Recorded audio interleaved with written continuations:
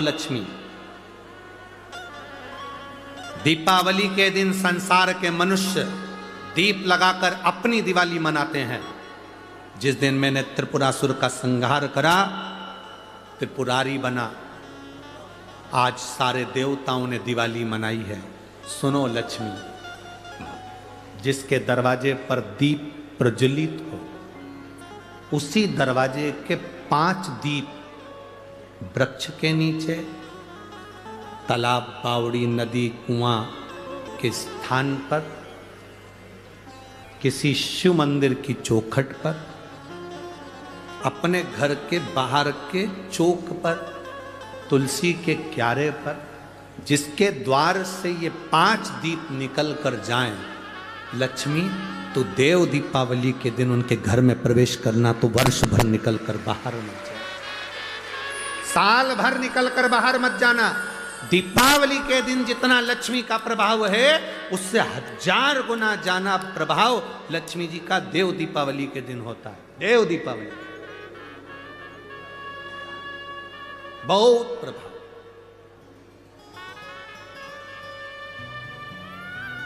जितना आप कर सकते हो देव दीपावली के दिन प्रयास करो।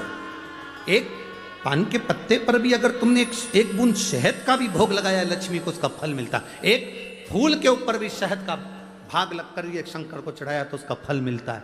महाराज 7 दीप परिंदे के पास, अंडे के पास, मटके के पास लगाए हैं, 7 पुष्प रखकर उसका भी फल मिलता है। देव दीपावली के दिन पंचदीप का भी फल मिलता है। देव दीपावली के दिन भूल से भी एक बेलपत्र अशोक सुंदरी के स्थान पर कोई कुंवारा व्यक्ति जिसकी शादी नहीं हो रही, 40 साल का हो गया, ब्याह नहीं हो रहा, संबंध नहीं आ रहा है, बेटा बेटी, एक बेलपत्र जिस बेलपत्र की नोक डंडी जहां से पानी बहता है उस ओर हो और पत्ती का मुंह महादेव की ओर हो, अशोक सुंदरी की जगह पर अगर समर्पित कर दे तो अगले वर्ष की देव दीपावली के पहले उसका संबंध और शादी हो जाती। महाराज शिव तत्व की तरी प्राप्त। देव दीपावली कोई साधारण दीपावली है, जीव के कल्याण के लिए भगवान त्रिपुरारी बनकर प्रकट हुए।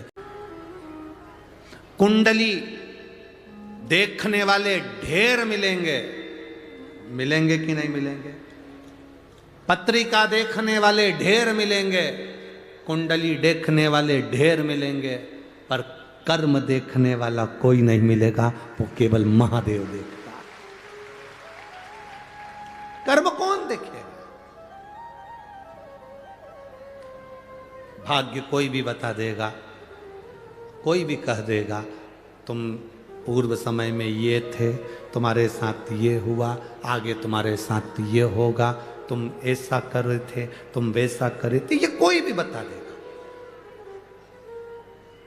पर कर्म देखने वाला, हमारे कर्म को लिखने वाला, हमारा जीवन हमें कैसा बनाना है, ये कोई दूसरा नहीं बनाएगा, इसको हमें खुद को बनाना है,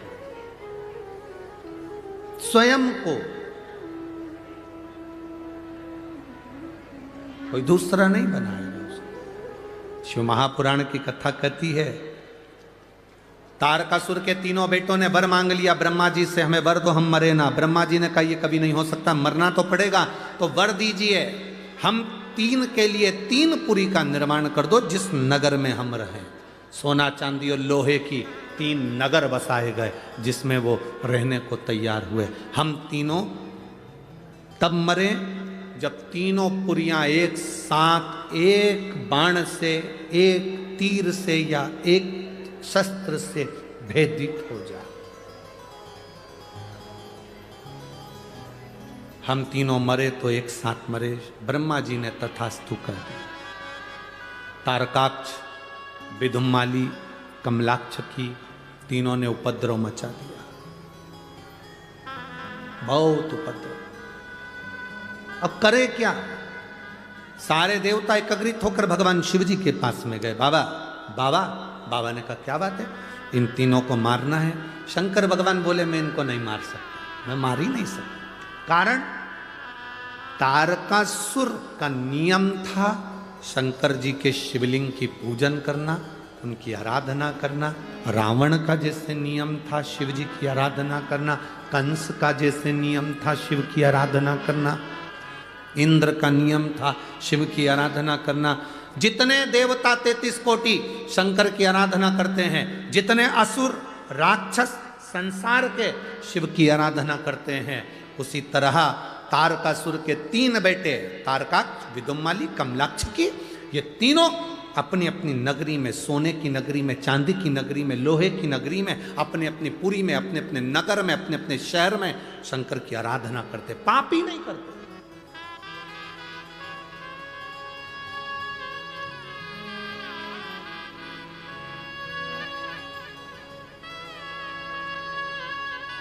क्या करते हैं तीनों? पुण्य एकत्रित करते हैं, और पुण्य एकत्रित कर कर बाद में थोड़ा सा पाप करते हैं, फिर पुण्य कमा देते हैं, फिर पुण्य। बड़े घबरा से गए। देवताओं ने कहा अब करें क्या? शंकर भगवान ने कहा जब तक इनके पाप की गठरिया नहीं भराएगी तब तक ये मरने वाले नहीं।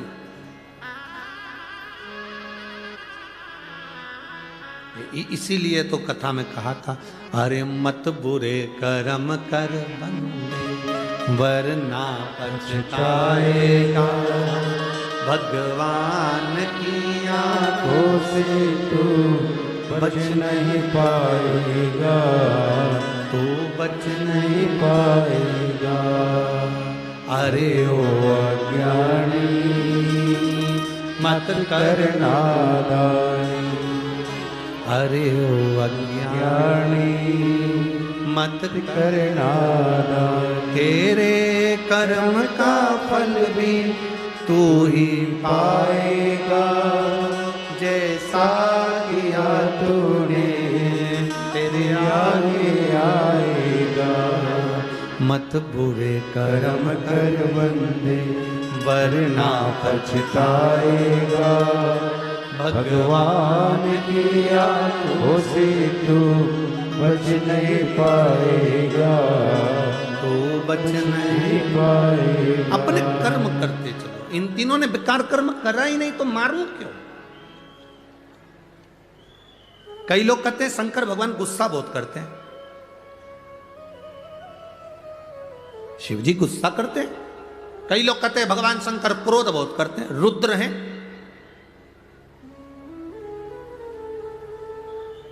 आपसे पूछें बेमतलब का गुस्सा आपको आता है क्या? अरे जम के तो बोलो जरा, बेमतलब का गुस्सा आपको आता है? जब बेमतलब का क्रोध आपको नहीं आता तो महादेव को क्यों आएगा? भगवान शंकर क्रोध किसको करते हैं?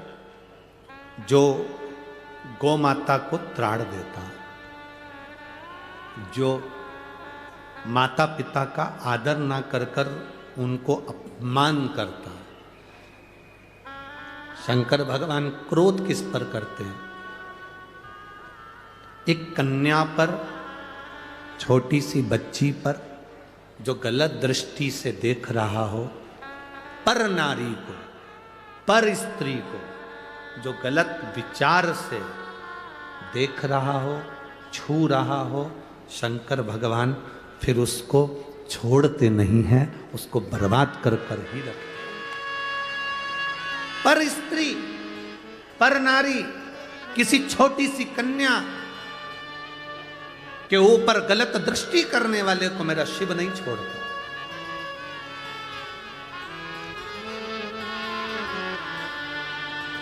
बहुत ध्यान रखिएगा इस बात के लिए। आप अपना स्वभाव, अपनी दृष्टि, लोग कहते हैं शिव क्रोध करते हैं, हम कहते हैं शंकर ऐसे क्रोध नहीं करते। शंकर भगवान का एक नाम है आशुतोष। क्या नाम है? आशुतोष। आशुतोष का मतलब क्या होता है? सहज, सरल, जो मांगो दे देता है। एक लोटा जल नहीं है, 3 बार ताली बजाओ, बम बम बोलो, उतने में राजी होकर वर प्रदान कर कर चले जाता है। वो देवाधिदेव महादेव है, उसका नाम ही आशुतोष है। वो शिव है, वो घड़ी है। भजन करो। अब ब्रह्मा जी ने एक सीख इंद्र को दे दी। इंद्र से कहा, इंद्र तारकासुर के इन 3 बेटों को अगर तुझे मरवाना है, और ये थोड़े समय पाप करते हैं पर पुण्य कर कर सब धो देते हैं, तो अगर इनको मरवाना है तो तू इनसे पाप करवा। अब इसने पाप करवाना क्या प्रारंभ करा कि जहां शंकर जी के प्रति इनके अंदर पाप की उत्पत्ति करा दे। पाप की उत्पत्ति कैसे? तो शिव महापुराण की कथा कहती है, आप अगर शंकर के मंदिर नहीं जा सकते कोई बात नहीं, नहीं जा रहे कोई बात नहीं, शंकर को एक लोटा जल नहीं चढ़ा रहे कोई बात नहीं, शंकर की कथा नहीं सुन रहे कोई बात नहीं, पर शिव महापुराण की कथा कहती है कि कभी भी अपने मुख से शिव की निंदा करना बंद कर दो। बस इतना भी कर लिया तो तुम्हारी जिंदगी सार्थक हो। शिव महापुराण की निंदा ना करें, शंकर की निंदा ना करें, शिव भक्त की निंदा ना करें। शंकर का कोई अविरल भक्त हो उसके लिए कभी अपशब्द ना कहें।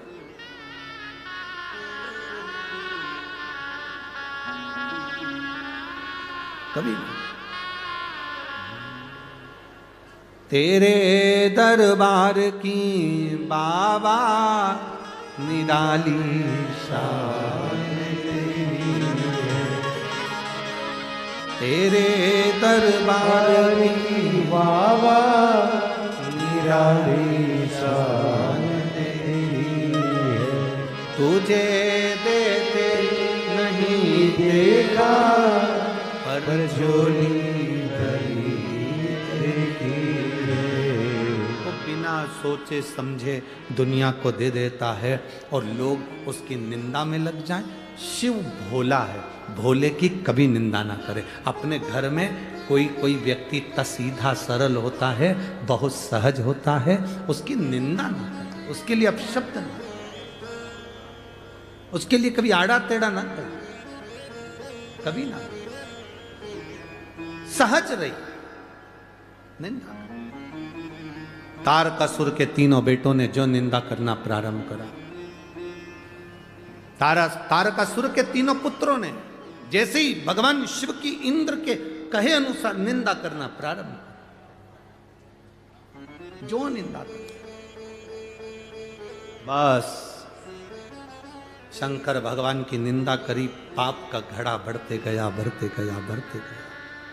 समय आया भगवान शंकर तीनों को मारना चाहते थे, पर ब्रह्मा जी ने कहा जब तक इन तीनों की पूरी, सोने की पूरी, चांदी की पूरी, लोहे की पूरी, ये 3 पुरियां जो बनी हुई हैं, ये 3 पुरी अगर एक बाण से छेदित कर दी जाए, एक शस्त्र से छेदित कर दी जाए और ये 3 पुरियां एक साथ भस्म हो जाए, तब जाकर ये तारकासुर के 3 पुत्र मरे, तब जाकर।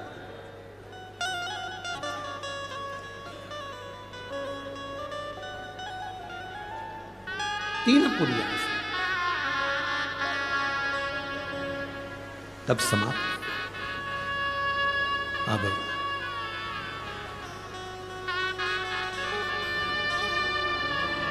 3 पुरिया समाप्त करना, कैसे समाप्त हो? देवाधिदेव महादेव ने शस्त्र छोड़ा, सोने की पुरी में से निकलकर चांदी की पुरी में से होते हुए वो लोहे की पुरी की ओर चले गए। आप लोगों ने कभी सुना होगा, आप लोगों में से कितने लोगों ने सुना वो हमको नहीं मालूम, पर शिव महापुराण की कथा एक बड़ी सुंदर बात कहती है कि सोने का जो डब्बा होता है, थोड़ा ध्यान देंगे आप लोग तो आपके स्मरण में आ जाएगा। जिस डब्बी में आप सोने की अंगूठी रखते हो, जिस डब्बी में आप सोने की लौंग रखते हो, जिस डब्बी में सोने का कोई सामान रखते हो, उसमें चांदी नहीं रखी जाती। किस किस ने सुन रखा है? कभी सुना होगा, आप लोगों के स्मरण में होगा कि सोने की जो डब्बी होती है उसमें चांदी नहीं रखते, मतलब चांदी के साथ सोना नहीं रखा जाता। सोने के साथ चांदी नहीं रखी जाती, चांदी के साथ सोना नहीं रखा जाता। अगर किसी ने सुना होगा, आप लोगों में से कितने लोगों ने सुना है? जरा हाथ उठाओ, जरा सुना है ना सबने? अब वो प्रसंग जो हमारी आप लोगों की दादी सास कहती थी, सास कहती थी, आपके बुजुर्ग कहते थे कि सोने के साथ चांदी मत रखो, चांदी के साथ सोना मत रखो। कभी उसका प्रसंग अपने दिमाग में लिया कि ये प्रसंग कहाँ से आया? तो ये प्रसंग अगर कोई तुमसे पूछे तो आप उत्तर दे सकते हो। तारकासुर के तीन पुत्र की 3 पुरियां सोना, चांदी और लोहे की थी। इन 3 पुरियों को भगवान शंकर ने भस्म किया, अर्थात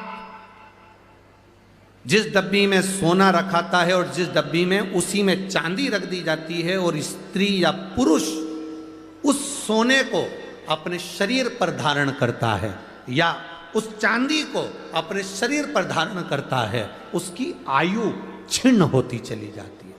कई लोग कहते हैं इनकी तो उम्र अच्छी थी, फिर ये ऐसा क्यों हुआ? जरूर सोने की डब्बी में चांदी अगर रखी गई है तो उसमें उस चांदी की चीज को महिला ने अपने पैर में पहन लिया, बिछुड़ी पहन ली, अंगूठी चांदी की पहन ली, उसमें सोना भी था, वो सोना पति ने पहन लिया, तो उसमें आयु की क्षीणता हो। डब्बी खाली है, उसमें सोना रखा है, मना नहीं। डब्बी खाली है, उसमें चांदी रखी है, मना नहीं।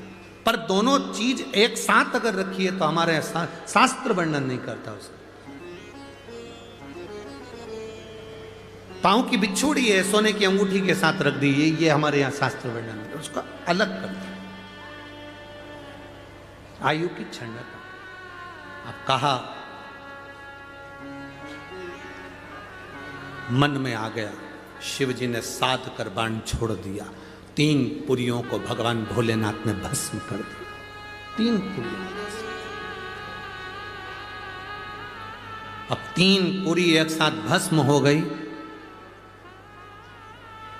3 पुरी को भस्म करा, इसलिए भगवान शंकर का नाम, जम के बोलो, त्रिपुरारी हो गया।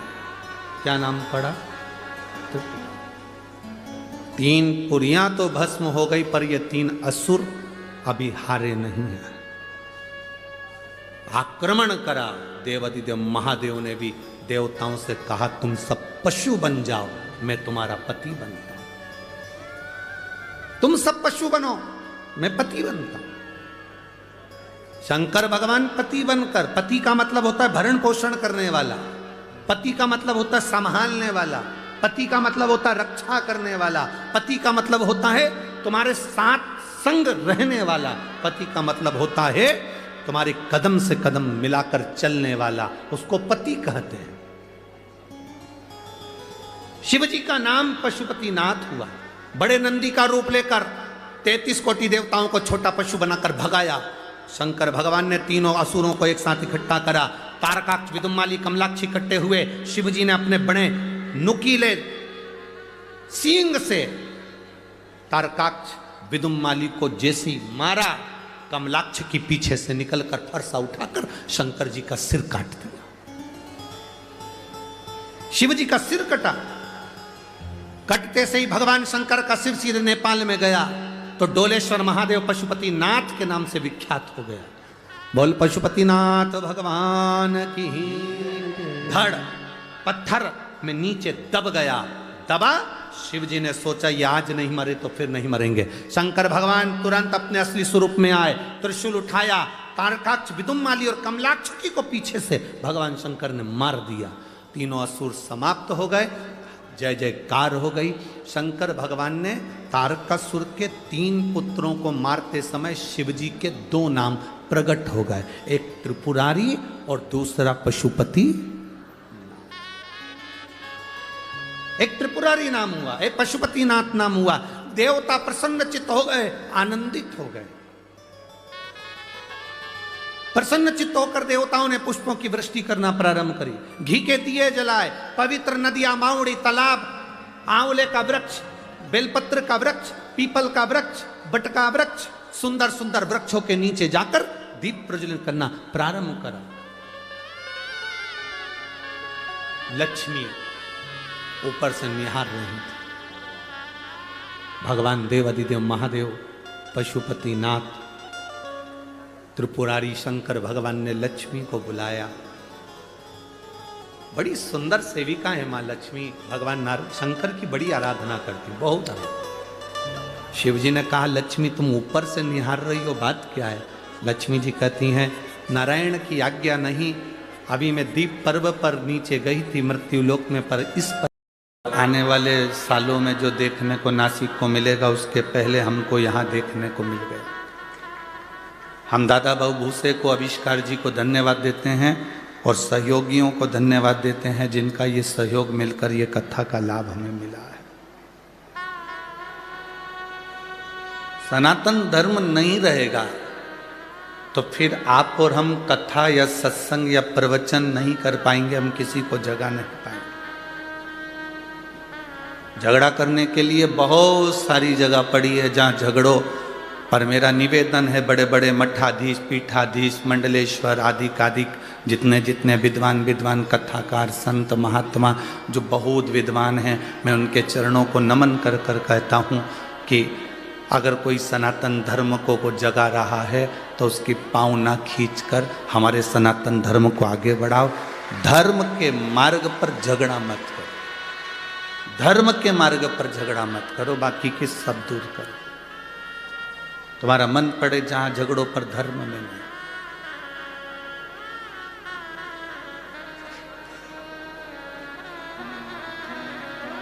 शिव कथा कह रही है अपने समय का सदुपयोग करो।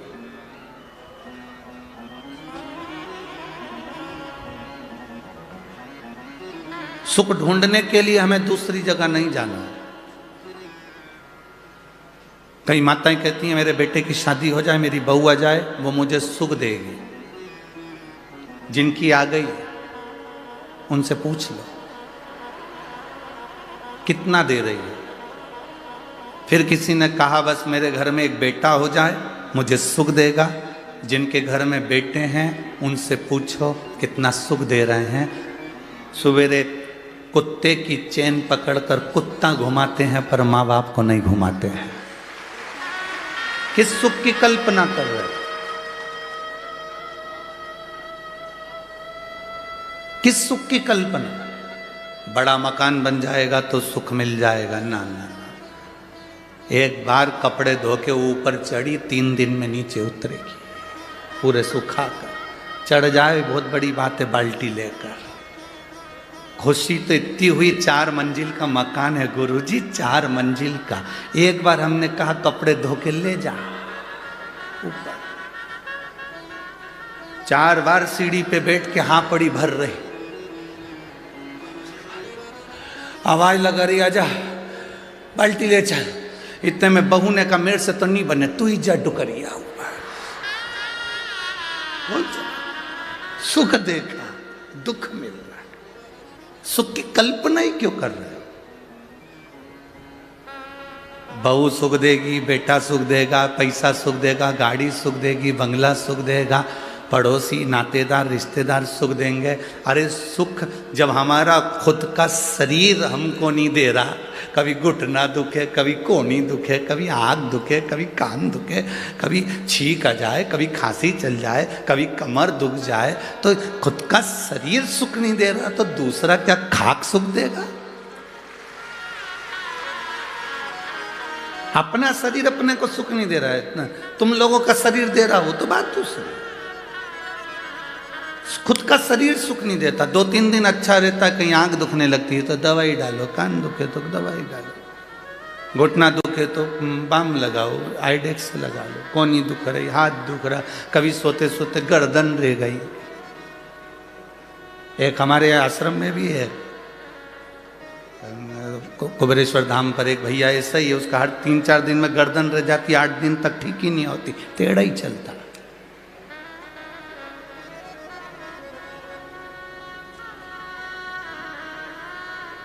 सुख ढूंढो।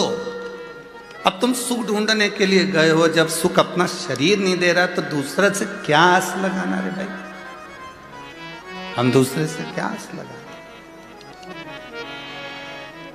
हाँ, जिंदगी का सबसे बड़ा सुख अगर कहीं है, 5 दिन 7 दिन जो आप कथा के पंडाल में बैठते हो, अपनी मस्ती में कथा का रसतत्व ग्रहण करते हो, दर्शन करते हो, चले जाते हो, वो सुख है। शिव मंदिर में जाकर एक लोटा जल चढ़ा रहे हो, बाबा से अपने दिल की बात कह रहे हो, वो सुख है। सच्चे गुरु की शरणागति में बैठकर कुछ ज्ञान ले रहे हो, वो सुख है। गौ माता की सेवा कर रहे हो, वो सुख है। माता पिता की सेवा कर रहे हो, वो सुख है। टेंशन को छोड़कर अपनी पत्नी, अपने बच्चों के साथ भले गरीबी की जिंदगी जी रहे पर खुश होकर जी रहे, वो सुख है। उसको सुख कहते हैं। अमीर को सुख मिलता है गले में सोने की चैन से। काय से सुख मिल रहा है? जम के बोलो जरा। गले में सोने की चैन से। और गरीब को सुख मिलता है आराम से गद्दे पे सोने से।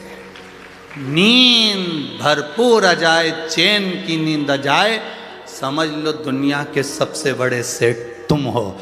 4 गोली खाकर सोना पड़ रहा है तो भिखारी से बदतर हो।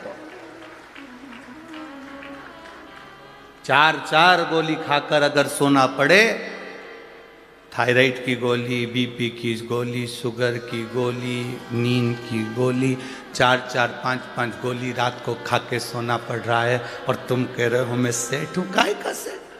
प्रथम सुख निरोगी काया। दुनिया का सबसे बड़ा सुख है आपकी काया अच्छी रहना चाहिए। तो आप बड़ा पाव भी खाओगे तो पच जाएगा, नहीं तो बड़ा अलग पाव अलग जाएगा। काहे का मतलब? शरीर में सुख नहीं और तुम अन्य सुख की बात कर। लाखों का धन भले तुम्हारे घर में हो और अगर तुम 4-5 गोलियां रोज की खाकर सो रहे हो तो तुम सुखी नहीं हो। धन से कभी कोई संसार का व्यक्ति सुखी नहीं हुआ, उसको आत्मा से और मन से सुखी होना पड़ेगा, अपनी चित्तवृत्ति से सुखी होना पड़ेगा।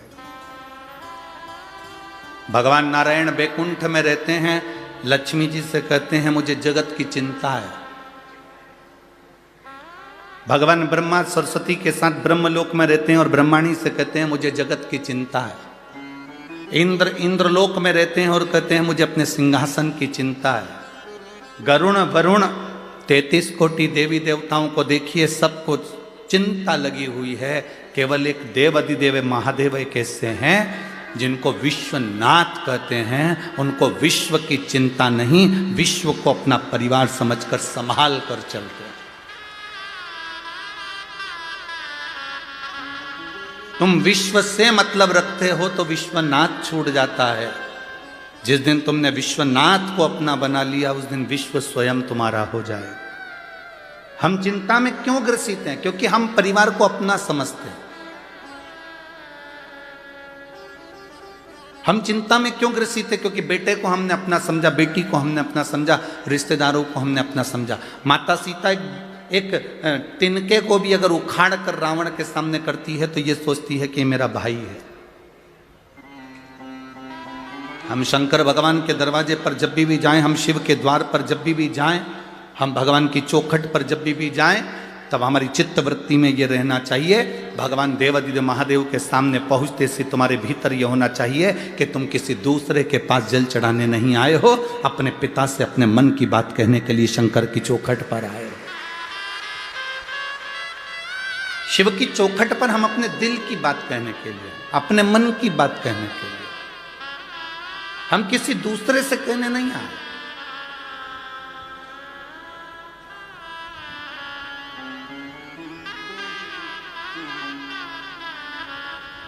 पेंट में कितनी जेब होती है? आप लोग पहनते हो ना, हमने भी पहना है बचपन में। कितनी जेब होती है? 2। पहले की शर्टों में कितनी जेब होती थी? जम के बोलो। 2। टी शर्ट में 2 जेब, पैंट में 2 जेब, चड्डा में 2 जेब। 2 जेब पैंट में है, शर्ट में है, टी शर्ट में है। 2 जेब क्यों देते हैं? 2 जेब इसलिए देते हैं कि एक जेब में तुम मोबाइल रख लो, एक जेब में तुम पैसा रख लो, पर दूसरी जेब में रुद्राक्ष या माला या भगवान का नाम रख कर चलना। एक जेब में तुम दुनिया की सामग्री रखो मना नहीं है, एक जेब में तुम दुनिया की वस्तु रखो मना नहीं है, पर दूसरी जेब में एक बेलपत्र या तुलसी की माला या रुद्राक्ष की माला या भगवान का नाम दूसरी जेब में, या गीता रामायण अपनी दूसरी जेब में शंकर की अनुमोदन, शंकर की भक्ति को रखकर चल।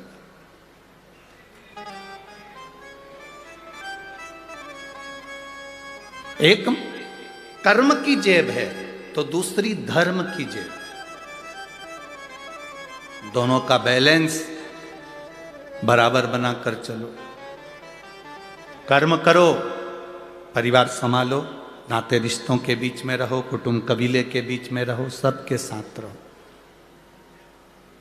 पूरे परिवार को संभाल कर चलो, पर उसके साथ में धर्म को भी साथ लेकर चलो। बच्चों में संस्कार देते चलो, भगवान की भक्ति प्रदान करते चलो।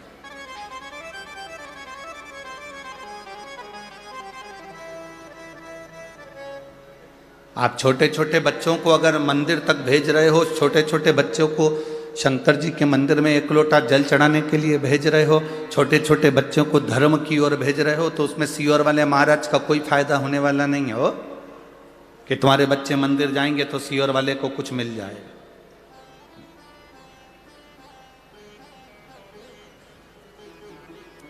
सीहोर वाले महाराज ने तो एक बात कही कि अपने पड़ोस के मंदिर में जाओ। बोलो बोला कि नहीं बोला बार बार कि अपने पास के मंदिर में जाओ, अपने नजदीक के मंदिर में जाओ। अगर तुम कुछ चढ़ाओगे भी तो वो मंदिर को मिलेगा, उसमें सीहोर वाले महाराज का लाभ नहीं। तुम्हारा बच्चा मंदिर तक जा रहा है तो उसमें सीहोर वाले महाराज का लाभ नहीं है, सीहोर वाले महाराज का फायदा नहीं है। तुम्हारे बच्चे अगर मंदिर तक जा रहे हैं, एक लोटा जल चढ़ा रहे हैं, तो उसमें तुम अपने बच्चों को संस्कार दे रहे हो और उनको बलवान बना रहे हो कि कभी हम नहीं भी रहे तो तेरा पिता ये देवाधिदेव महादेव, तेरी माता ये माता पार्वती तेरा साथ देने के लिए है। व्यवस्था करते हो कि नहीं करते हो अपनी अपनी? जब तुम्हारा जाने का समय होता है उससे पहले प्रॉपर्टी देते हो बच्चों को। बोलो देते हो कि नहीं देते हो? अरे बोलो तो जम के। देते हो ना? सोना बच्चों को देते हो, प्रॉपर्टी बच्चों को देते हो, जमीन बच्चों को देते हो, जायदाद बच्चों को देते हो, जमीन घर बंगला सब बच्चों को देते हो। तो एक चीज बच्चों को और दो, उसको अच्छा संस्कार देने का प्रयास करो, जिससे हमारा धर्म भी बचे और सनातन धर्म की टेक भी।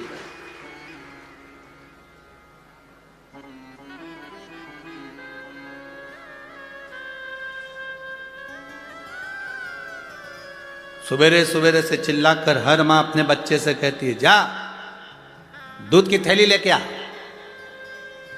जा पानी भर के लेके आ, जा सब्जी लेके आ, जा तरकारी भाजी लेकर आ। ऐसे सुबेरे उठकर चिल्लाकर तुम्हें कहना चाहिए, जा शंकर के मंदिर में एक लोटा जल चढ़ाकर आ। जाओ शिव के दरवाजे तक जाओ, शंकर की चौखट तक जाओ, उसके द्वार तक जाओ। उसके दरवाजे तक अगर तुम चले गए, जल चढ़ाकर अगर आ गए, तो वो भी एक ना एक दिन तुम्हारे दरवाजे पर खड़ा मिलेगा। इसलिए तुम उसकी चौखट तक जाते रहो, उसके दरवाजे तक जाते रहो। खूब पढ़ाओ बच्चों, तुम्हारी कैपेसिटी जितनी है उससे दुगना बच्चों को पढ़ाओ। और बच्चों से भी कहेंगे तुम्हारी कैपेसिटी से ज्यादा तुम विद्या का अध्ययन करो, अपनी मेहनत करो, अपना कर्म करो, पर कर्म के साथ में धर्म को भी साथ लेकर चलो। मेहनत करते रहो और बाबा का गुणगान भी करते रहो कि मैं अकेला नहीं हूं, मेरे विद्या अध्ययन में मैं अकेला नहीं हूं, मेरे कंपटीशन एग्जाम में मैं अकेला नहीं हूं।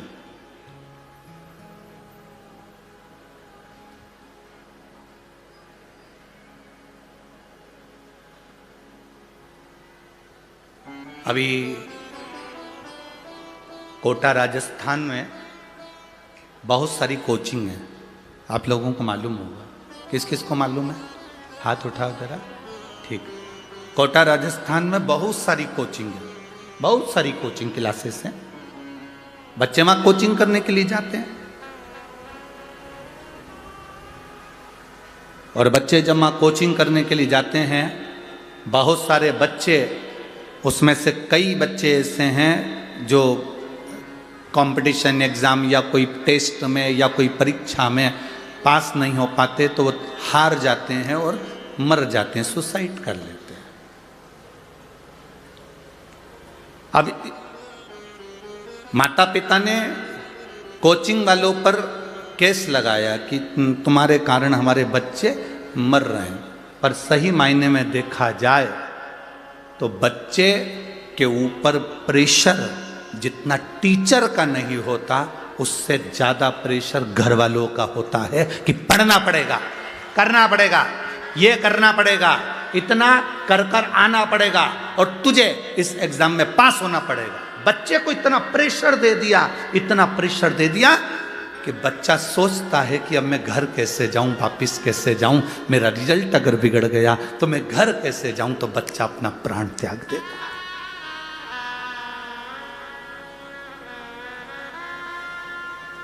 अपने बच्चे को इतना प्रेशर मत दो,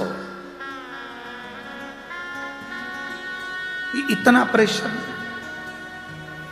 अपने बच्चों को इतना प्रेशर मत दीजिए कि बच्चा अपना शरीर ही त्याग दे। उससे कहो चिंता करने की जरूरत नहीं है, भरचक मेहनत कर, पूरा कर्म कर और महादेव को अपने हृदय में बिठा कर रख। एक जेब में जैसे पैसा और मोबाइल रहता है तो दूसरी जेब में महादेव को लेकर चल, अपने साथ अपने दिल में अगर शिव है तो तुझे डूबने नहीं देगा। ये उसको बल दीजिए, हम बच्चों को बल नहीं देते। कई माताएं कह देती है हमारे बच्चे भी छोटे हैं गुरुजी, कोई मंदिर जाएंगे, जल चढ़ाएंगे, छोटे बच्चे हैं ये कोई मंदिर जाएंगे। हम कहते हैं बांस बांबू जितना गीला होता है उसको नवाओगे तो डलिया बन जाएगी, बांबू को जितना नवाओगे उससे खिलौने बन जाएंगे, बांबू को जितना नवाओगे वो नब जाएगा। बांबू बांस अगर सूख गया तो उसको नवाओगे तो वो नबेगा नहीं। बांस को नबाना है, जब तक वो गीला है तब तक नबा। बांबू को नबाना है, जब तक वो गीला है तब तक नबा। सूख गया किसी काम का। संस्कार दीजिए बच्चों को जिससे बच्चे आगे की ओर बढ़े। महाराज संत सज्जन और सती, आप भी बोलिए कितने? संत सज्जन और सती, ये तीन ऐसे होते हैं। एक संत, दूसरा सज्जन पुरुष जिसके हृदय में कोई कपट नहीं, कोई छल नहीं, कोई बेईमानी नहीं, कोई प्रपंच नहीं, सज्जन।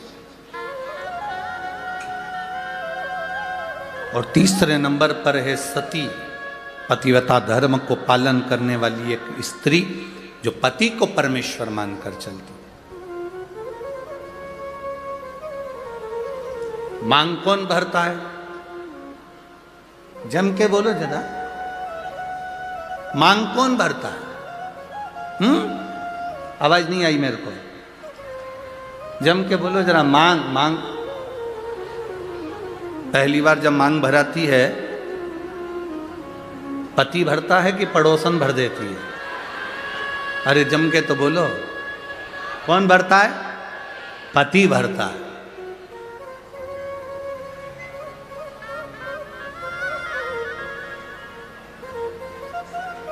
तुम्हारी मांग भरता कौन है?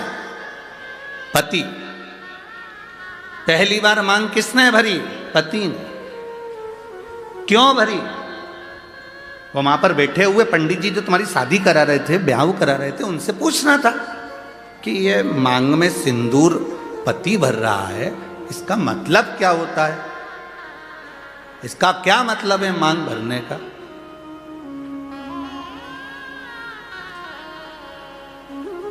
क्या मतलब इसका? तुम्हें उन पंडित जी से पूछना था कि मांग में सिंदूर पति भर रहा है, पहली बार मांग पति भर रहा है, तो मांग भरने का मतलब क्या है? मांग कौन भरता है? पति।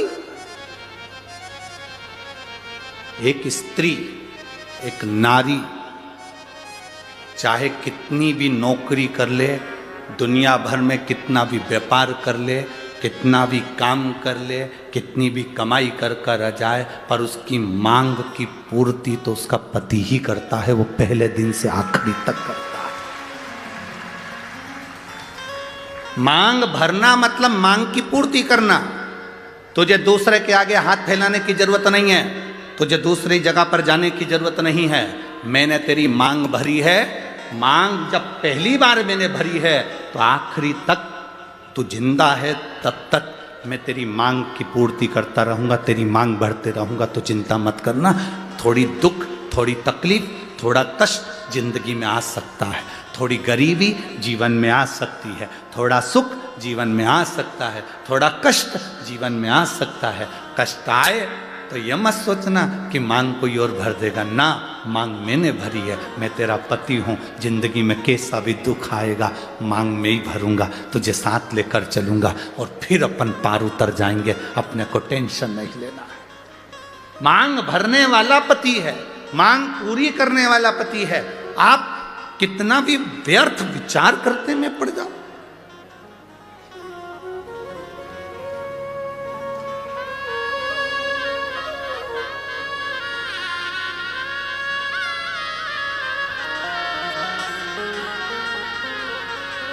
पूर्ति करना। जब हम जन्म लेते हैं हमको नहीं मालूम रहता कि हमारे माता पिता कौन। जन्म लेने वाला बच्चा जन्म लेता है, बाद में उसको माता पिता का पता चलता है, पहले नहीं पता चलता।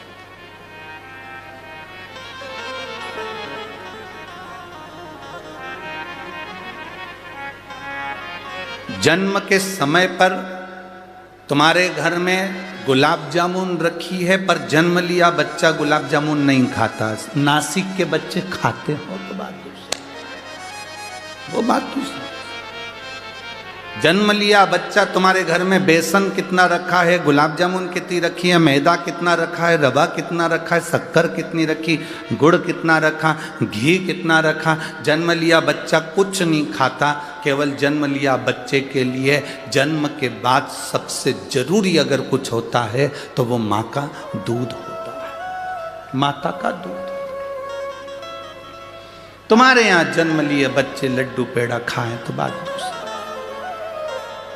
जन्म लिए बच्चे के लिए जन्म के बाद बच्चा जब जन्म ले लेता है, घर में ढेर सारा सामान पड़ा होता है, पर बच्चे के लिए वो कीमती से कीमती सामान भी ठोकर है, उसके लिए कुछ मतलब नहीं। उसके लिए माँ का दूध कीमती है। जिससे जन्म लिए बच्चे के लिए दुनिया की सारी सामग्री रखी है, पर केवल माता का दूध उसके लिए आहार है। उसी तरह मरने वाले व्यक्ति के प्राण छूट रहे हों और उसके रिश्तेदार उसको आके हीरे की अंगूठी पहनाए, जीजा जी तुम चिंता मत करो, लो हीरे की अंगूठी पहनो। जीजा जी वेंटिलेटर पर पड़ा हुआ ऑक्सीजन खींच रहा, और ये उसको गुलाब जामुन, रसगुल्ला, इमरती, भजिया, पकोड़ा खिलाएं तो वो खाएगा। जन्म लिए बच्चे को माँ का दूध जरूरी है, और मरने वाले व्यक्ति के लिए शिव का नाम जरूरी है। उसको तुम्हारे धन दौलत, गुलाब जामुन, पेड़ा, जलेबी, इमरती से कोई मतलब।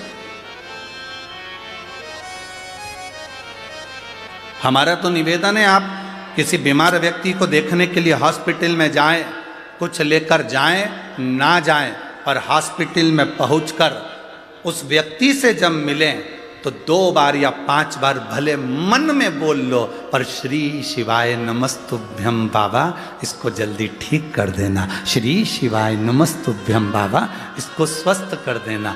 श्री शिवाय नमस्तुभ्यम बाबा, इसको बड़ी बीमारी हो गई, आप हल कर देना। अपना करा हुआ थोड़ा सा भजन उस जीव को दीजिए। हम किसी सच्चे गुरु के सामने क्यों जाते हैं? हम किसी संत के सामने क्यों जाते हैं? हम किसी भक्त के सामने क्यों जाते हैं? क्योंकि उसकी दृष्टि हम पर पड़ जाए। केवल मात्र दृष्टि पड़ गई तो हमारा कल्याण हो जाए। अरे बाबा तेरे चरणों के होना हमें दास है, तेरी चरण रज से बुझानी हमें प्यास है। हम क्यों जाते हैं उनके, उसके दर्शन हो जाए, नेत्र मिल जाए, उसकी कृपा हो जाए, मात्र दृष्टि पड़ी सुख हो गया, मात्र दृष्टि।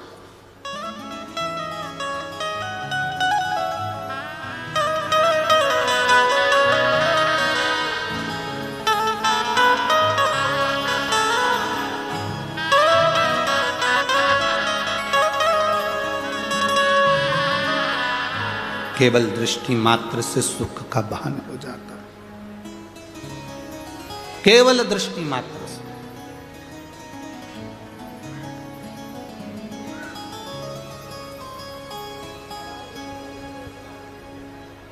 झूठे हैं नाते, झूठे हैं रिश्ते, संग यहाँ से बाबा कोई न जाए, तेरा नाम केवल एक सहारा, तेरा नाम केवल एक सहारा, कहीं छूट जाए ना दामन तुम्हारा। भोले बाबा मुझे देना सहारा, कहीं छूट जाए ना दामन तुम्हारा।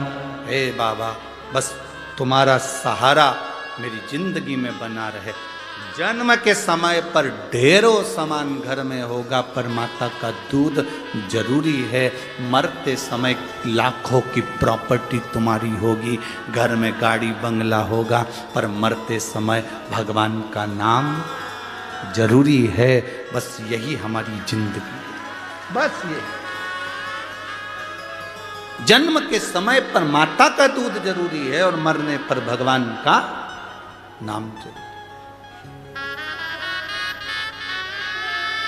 करोड़ों की कीमत वाला ये शरीर परमात्मा ने दिया है आपको और हमको।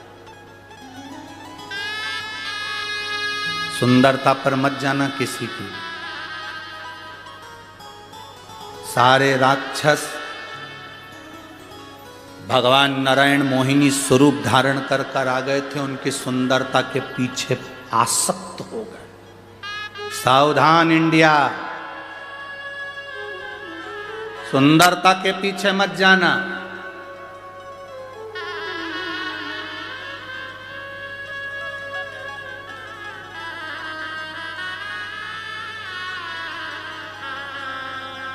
बिल्कुल सुंदरता के पीछे मत जाना। मोहिनी स्वरूप धारण कर कर भगवान आए और असुरों ने भगवान की सुंदरता देख ली। कितनी सुंदर नारी, कितनी सुंदर स्त्री, फंस गए सुंदरता के चक्कर।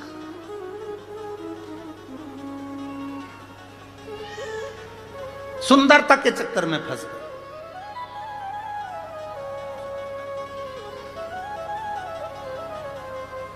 और ऐसी सुंदरता के चक्कर में फंसे कि वो अमृत का जो कलश था वो भूल गए और मोहिनी के चक्कर में पड़ गए। मोहिनी ने कहा कि मैं अमृत बांटूंगी, तुम इधर बैठ जा, तुम इधर बैठ जा।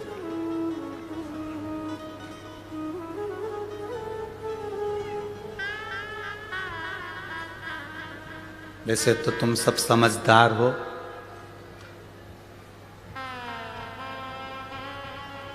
सुंदरता मतलब दिखावा, किसी दिखावे की ओर हमको नहीं जाना। और अमृत मतलब ज्ञान, उस ज्ञान को हमें लेना है। कई बहुएं दिखने की घनी सुंदर होए और मालूम पड़े 24 घंटा मुंडा से मेंढक जड़े। 24 घंटा कई मतलब। सास भी बोलती हैं फिर बहू बहुत अच्छी है, घर संभाल ली, काम कर लिया, बढ़िया है, सब अच्छा है हमारी बहू में। बहुएं कह देती है हमारी सास बहुत अच्छी है, सब बढ़िया है, बस एक कमी है, जिभान बनने का, जिभ्या एक कमी है। अब सुंदर देखी, सुंदरता देखी, बड़ी सुंदर, बड़ी सुंदर, बड़ी सुंदर, बड़ी सुंदर। सुंदरता का करना क्या है भाई? सुंदरता के चक्कर में पड़ोगे तो जिंदगी नरक बन जाएगी। जैसे असुरों ने मोहिनी स्वरूप को देखा और उस सुंदरता में फंस गए तो अमृत छूट गया। उसी तरह आप दुनिया को देखने में लग गए, संसार की चमक दमक में रह गए, दुनिया की चमक धमक में आप रह गए तो फिर ज्ञान प्राप्त नहीं कर सकते, भगवान को प्राप्त नहीं कर सकते। ये चमक, ये दमक, फुलवन में महक, सब कुछ सरकार तुम ही से है। हम परमात्मा को प्राप्त करने का प्रयास करें।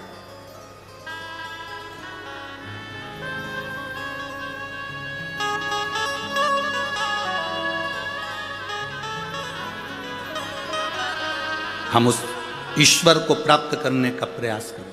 तारकासुर असुर था, राक्षस था। तारकासुर का अंत षडानंद कार्तिकेय के द्वारा होना था। असुर है, राक्षस है, वर मांगा था उसने, अगर मरूंगा पहले तो मुझे अमर कर दो। तो ब्रह्मा जी ने कहा अमर तो नहीं हो सकते, तो फिर वर दीजिए। क्या वर? मरूं तो शंकर भगवान के पुत्र के द्वारा मरूं। अच्छा, एक एक राक्षस को देख लो तुम, इनकी डिमांड बड़ी सुंदर थी। जितने जितने राक्षस थे इनकी डिमांड बड़ी सुंदर थी। अपन यहीं से उठाओ ना, पंचवटी से। रावण की बहन आई थी, आते से राम जी से कह रही थी तुम सम पुरुष न मो सम नारी। तुम्हारे जैसा पुरुष नहीं हो सकता, मेरे जैसी नारी नहीं हो सकती। लक्ष्मण जी मुंडी घुमा के देखे, ऐसी कौन सी हीरोइन आई है, ऐसी कौन है? तुम सम पुरुष नमो सम नारी। लक्ष्मण जी ने देखा,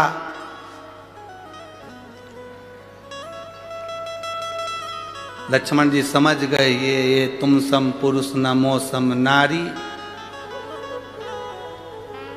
और रावण के पूरे कुल पे चला देगी आरी। ये कोई साधारण नारी? अभी रुक जा। आते से कहा उसने, एक एक असुर को देखो, एक एक राक्षस को, उसने डिमांड कितनी सुंदर करी। डिमांड देखिए, उसने सुपनखा ने आते से कहा तुम सम पुरुष नमो सम नारी। तुम्हारे जैसा पुरुष नहीं होगा, मेरे जैसी नारी नहीं होगी। क्या चाहती हो?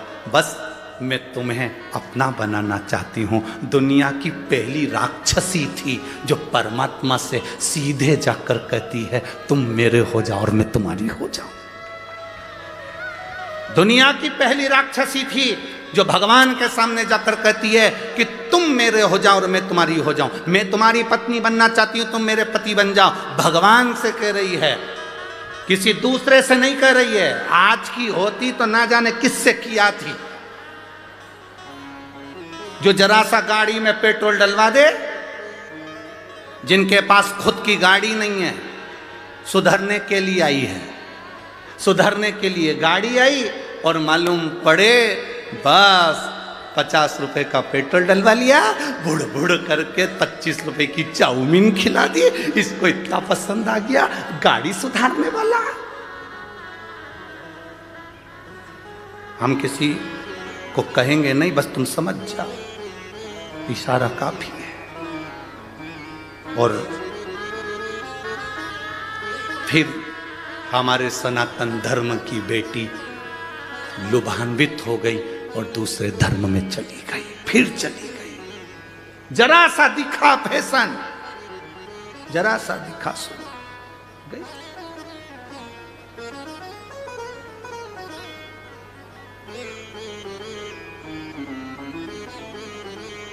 फिर चली।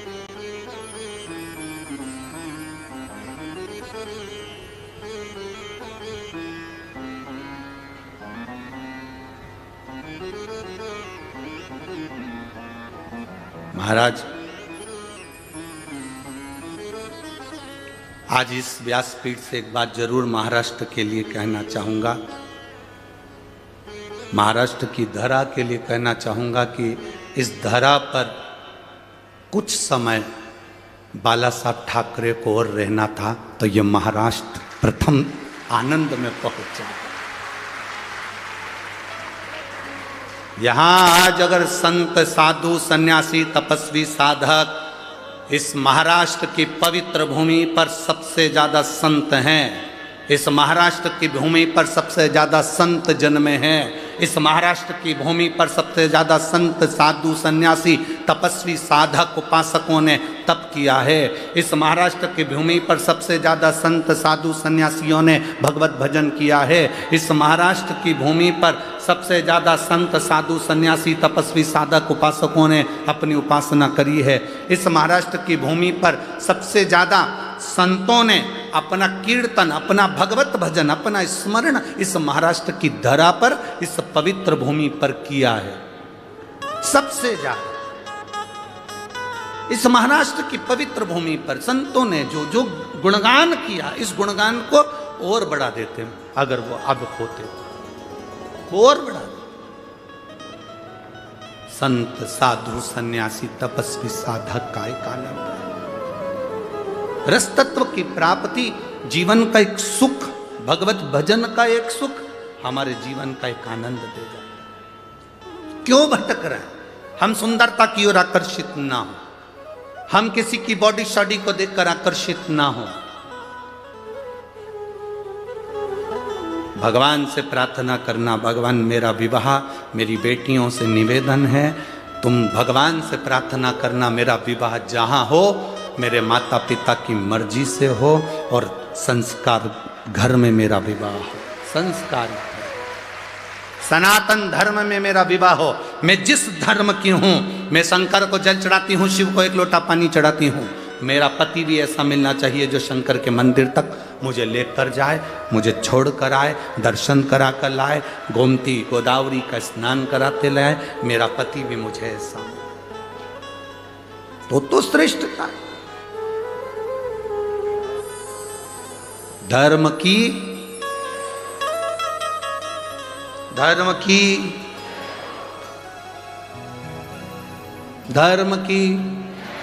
अधर्म का, प्राणियों में, विश्व का, ठीक है। जो हमारे सनातन धर्म का हो और हम उस धर्म से उसको रिझाएं। सुंदरता पर मत जाना, मोहिनी स्वरूप की सुंदरता, राक्षस फंस गए, असुर फंस गए। कितनी सुंदर बात उस शूर्पणखा ने राम जी से कही कि तुम सम पुरुष न मो सम नारी, में राम जी को अपना बनाना चाहती हूँ। किसी दूसरे को वो अपना बनाने नहीं गई, बनाने गई तो राम को अपना बनाने गई। हम सबसे अगर ज़्यादा ज्ञानवान थी तो शूर्पणखा थी, जो भगवान को अपना बना रही है। हम दुनिया को अपना बनाते हैं पर भगवान को अपना नहीं बनाते, पर शूर्पणखा भगवान को अपना बना रही है। वो विद्वान है, ज्ञानवान है, वो भगवान को अपना बना रही है।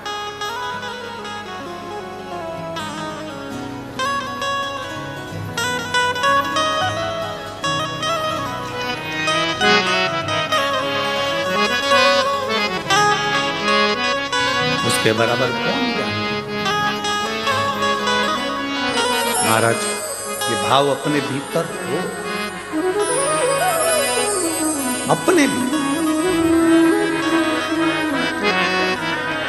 बहुत देर तक शूर्पणखा राम जी को तकती रही, बहुत देर तक। वो कहे ना, जरा देर ठहरो राम हो, जरा देर ठहरो राम, तमन्ना नहीं है अभी हमने जी भर के देखा नहीं है। शूर्पणखा राम जी को देख रही, राम जी शूर्पणखा की ओर निगाह कर कर देखे, राक्षसी है, एक असुरी है, राक्षस प्रवृत्ति है और मुझे अपना बनाना चाहती है। जब एक राक्षस परमात्मा को अपना बनाने की बात करता है, एक एक राक्षसों की डिमांड देखिए। तारकासुर मांग रहे हैं कि शंकर के पुत्र द्वारा मेरे प्राण छूटे। क्या चाहते हैं? शिव जी शादी करें, उनके बच्चे हों। ये तारकासुर जैसा सुर चाहता है। क्या मांगा? कंस ने देवकी का अष्टम पुत्र मृत्यु का कारण बना। देवकी का अष्टम पुत्र। क्या मांगा? रावण ने। भगवान स्वयं संसार में सांसारिक मनुष्य बनकर आए, प्राण छूटे। जितने राक्षस हुए, हिरण्यकशिपु ने क्या मांगा? ना नीचे मरू, ना ऊपर मरू, ना अंदर मरू, ना बाहर मरू, ना अस्त्र से, ना शस्त्र से, ना दिन में, ना रात में, ना नर से, ना पशु से, ना 12 महीने में मरूं। जगत के कल्याण के लिए 12 महीने से अधिक कर दिया, अधिक मास ला दिया। किसी रूप में ना मरूं तो नरसिंह भगवान प्रकट हुए। जरा विचार करिए कि हमारे हित के लिए राक्षसों ने उनकी मृत्यु भी मांगी तो अपने संसार के हित के लिए मांगी, संपूर्ण विश्व के कल्याण के लिए मांगी।